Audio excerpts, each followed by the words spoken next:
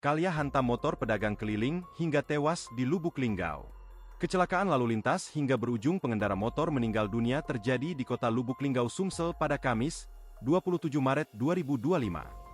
Kecelakaan ini melibatkan motor Honda Revo yang dikendarai oleh Safril, 57 tahun, seorang pedagang keliling, Jalan Garuda Hitam RT 03 Kelurahan Pasar Permiri, Kecamatan Lubuk Linggau Barat 2. Sementara lawannya, mobil Toyota Calya yang dikemudikan Millennium Wijaya Putra, 25 tahun, warga Jalan MTS Negeri Kelurahan Tanjung Kupang Kecamatan Tebing Tinggi Kabupaten Empat Lawang.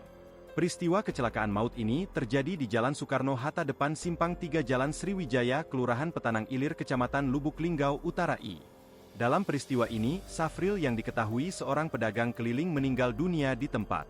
Kasat Lantas Polres Lubuk Linggau, AKP Marjuni melalui Kanit Gakum, Ibda Anca Dinata mengungkapkan penyebab kecelakaan karena mobil Toyota Calya hilang arah. Penyebab kecelakaan karena kelalaian pengemudi mobil Toyota Calya yang menabrak pengemudi motor, ungkapnya Anca pada tribunsumsel.com.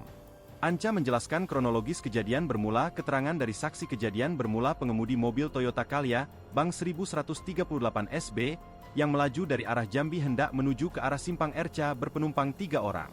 Saat di TKP, tiba-tiba mobil mendadak masuk ke jalur yang berlawanan lajur, sebelah kanan dilihat dari arah Simpang Erca mengarah ke Petanang, bebernya. Lalu, mobil menyambar Honda Revo Bang 6328 HM dan motor terseret. Akibat kejadian tersebut pengendara motor luka parah di bagian kepala dan meninggal dunia di lokasi. Untuk korban lainnya sudah dilarikan ke rumah sakit dan kasus ini sudah ditangani Satlantas Polres Lubuk Linggau, ungkapnya. Download Tribun X sekarang, menghadirkan lokal menjadi Indonesia.